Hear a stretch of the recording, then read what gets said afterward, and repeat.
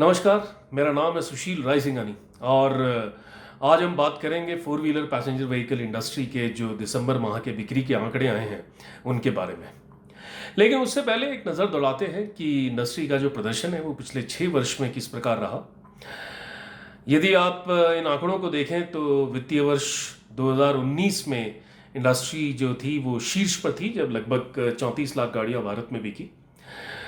उसके बाद 2020 की यदि हम बात करें तो जो बिक्री दर थी वो लगभग 18% घटी।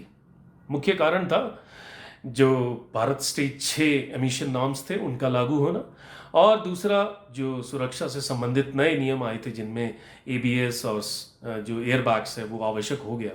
इन सब चीज़ों ने जो उत्पादन लागत है वाहनों की वो काफ़ी हद तक बढ़ा दी और उसका प्रतिकूल प्रभाव पड़ा वाहन बिक्री पर। इससे पहले 2019 में जो वाहन बीमा से संबंधित नियम हैं उनमें भी परिवर्तन किया गया था, जिसके कारण वाहन की जो लागत है वो बहुत ज़्यादा बढ़ गई थी।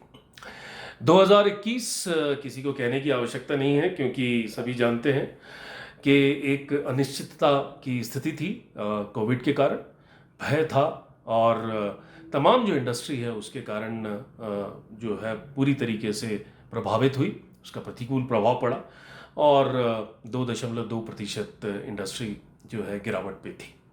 2022 की यदि हम बात करें वित्तीय वर्ष की, तो स्थिति अच्छी नहीं है, क्योंकि इस वर्ष यदि हम देखें कोविड के साथ साथ जो सेमीकंडक्टर्स है उसकी उपलब्धता का जो संकट है वो भी मंडरा रहा है, जिसके कारण काफ़ी कंपनीज को अपने कुछ मॉडल्स जो हैं उनमें जो उनकी उत्पादन जो है उसको कम करना पड़ता है। तो स्थिति 2022 में भी बहुत अच्छी नहीं है। अब आते हैं दिसंबर के आंकड़ों की तरफ। निश्चित रूप से आंकड़े तो उत्साहवर्धक नहीं है, क्योंकि जो इंडस्ट्री है वो लगभग 7.6% की गिरावट पे है। केवल 3 कंपनियां हैं जिनका प्रदर्शन जो है पिछले वित्तीय वर्ष दिसंबर के मुकाबले बेहतर रहा, और उसमें सबसे उल्लेखनीय है टाटा मोटर्स, जिसकी वृद्धि थी 50% और बहुत ही ज़बरदस्त प्रदर्शन रहा उनका। मुख्य तौर पर जो उनका स्पोर्ट्स यूटिलिटी व्हीकल है नेक्सन, वो इस माह में सबसे ज़्यादा बिकने वाली गाड़ी थी। 13,000 गाड़ियाँ उन्होंने बेची। इसके साथ साथ जो नया व्हीकल लॉन्च किया है इन्होंने स्पोर्ट्स यूटिलिटी व्हीकल में पंच, उसका प्रदर्शन भी अच्छा है। इसके अलावा यदि हम देखें तो बाकी कंपनीज का प्रदर्शन, चाहे वो मारुति हो, किया हो या हुंडई हो, संभवतः सेमीकंडक्टर्स की जो संकट है उसके कारण इनका प्रोडक्शन प्रभावित हुआ है।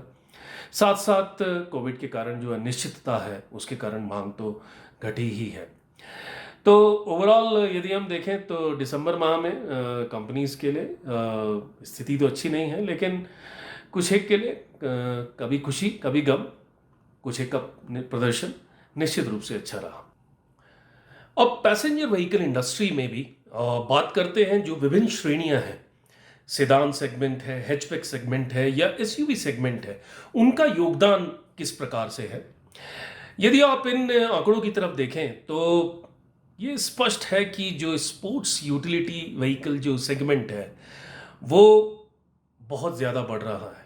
यदि 2002 में उसका योगदान पैसेंजर व्हीकल इंडस्ट्री में 15% था, जो कि गिर करके 2010 में करीब 8% था। उसके बाद 2019 से आगे देखें तो ये योगदान जो है बहुत ज़्यादा बढ़ रहा है, जो कि आज की स्थिति में 38% है 2021 में।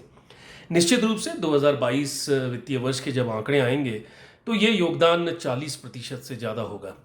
तो ये कहने में कोई अतिशयोक्ति नहीं है कि पैसेंजर व्हीकल इंडस्ट्री का जो बादशाह है वो वही होगा जिसके पास एसयूवी सेगमेंट के, उसमें भी तमाम श्रेणियां हैं जिसकी हम आगे बात करेंगे, तमाम श्रेणियों में एसयूवी सेगमेंट की भी बाजार में उनकी गाड़ियां होना बहुत ज़रूरी है।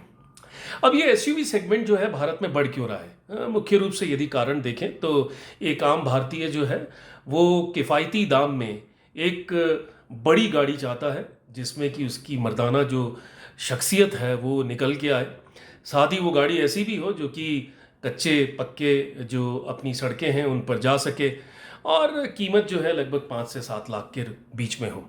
और ये जो एसयूवी सेगमेंट है, साथ में एसयूवी सेगमेंट की गाड़ी का जो ग्राउंड क्लियरेंस होता है वो भी ज़्यादा होता है।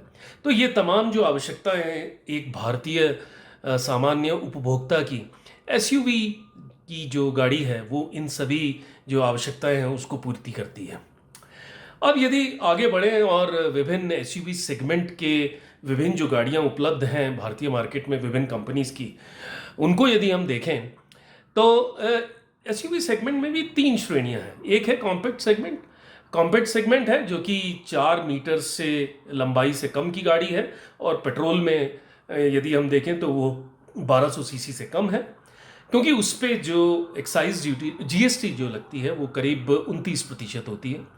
मिड साइज सेगमेंट की गाड़ी हम कहते हैं एसयूवी है, लेकिन उसकी जो लंबाई है वो 4 मीटर से ज़्यादा है और इंजन जो है वो 1200 सीसी, पेट्रोल की यदि हम बात करें तो उससे बड़ा होगा, डीजल में 1500 सीसी प्लस वगैरह।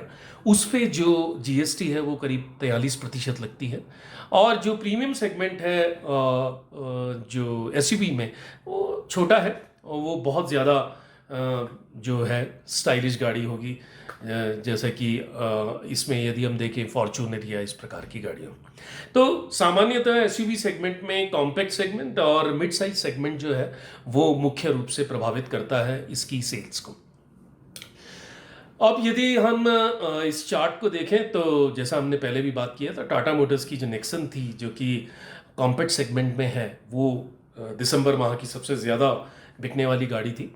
उसके पहले यदि हम देखें तो ब्रेजा थी मारुति की, अगेन वो भी कॉम्पैक्ट सेगमेंट की गाड़ी है। और वेन्यू अक्टूबर में थी जो कि हुंडई की कॉम्पैक्ट सेगमेंट की गाड़ी है। यहाँ पे एक चीज़ जो मैं ध्यान दिलाना चाहूँगा सभी का, होंडा एक ऐसी कंपनी है जिसके पास, जबकि एसयूवी सेगमेंट का योगदान इतना बढ़ रहा है, लेकिन होंडा के पास एसयूवी सेगमेंट में भारत में एक भी गाड़ी नहीं है। साथ में यदि आप मारुति की तरफ देखें तो मारुति के पास मिड साइज सेगमेंट में एसयूवी के कोई गाड़ी नहीं है। तो जैसा हमने बोला कि यदि किसी को बेताज बादशाह बनना है पैसेंजर व्हीकल इंडस्ट्री का, या जिसको भी अपनी बिक्री का जो प्रभाव है वो बढ़ाना है, हिस्सेदारी बढ़ानी है यदि बिक्री की, तो एसयूवी सेगमेंट के तमाम जो विभिन्न श्रेणियां हैं उसमें भी जो गाड़ियां हैं वो बाजार में लानी पड़ेगी। तो ये एक स्नैपशॉट था जो हमने बात की पैसेंजर व्हीकल इंडस्ट्री दिसंबर फिगर्स, देन जो योगदान है एसयूवी सेगमेंट का पैसेंजर व्हीकल इंडस्ट्री में उसके बारे में, और विभिन्न एसयूवी सेगमेंट का जो प्रदर्शन है वो पिछले 1 साल में किस प्रकार से रहा है। अंत में यही कहना चाहेंगे कि passenger vehicle industry, Covid and तमाम चीज़ें जिनके बारे में हमने बात की, प्रदर्शन उत्साहजनक नहीं है, लेकिन जो वर्तमान स्थितियां हैं, तमाम मैन्युफैक्चरर के साथ हमारी सहानुभूति है और उनको प्रेरणा देने के लिए उनकी मैं 1-2 लाइनें कहना चाहूँगा। वो पथ क्या, पथिक कुशलता क्या, जिस पथ में बिखरे शूल न हो। वो पथ क्या, पथिक कुशलता क्या, जिस पथ में बिखरे शूल न हो। वो नाविक की धैर्य कुशलता क्या, जब धाराएं प्रतिकूल न हो। तो सभी मैन्युफैक्चरर्स को हमारी शुभकामनाएं। ये समय है वो भी निकल जाएगा। आप सभी स्वस्थ रहें, प्रसन्न रहें, सुरक्षित रहें, मास्क पहने रहें। थैंक यू वेरी मच और धन्यवाद।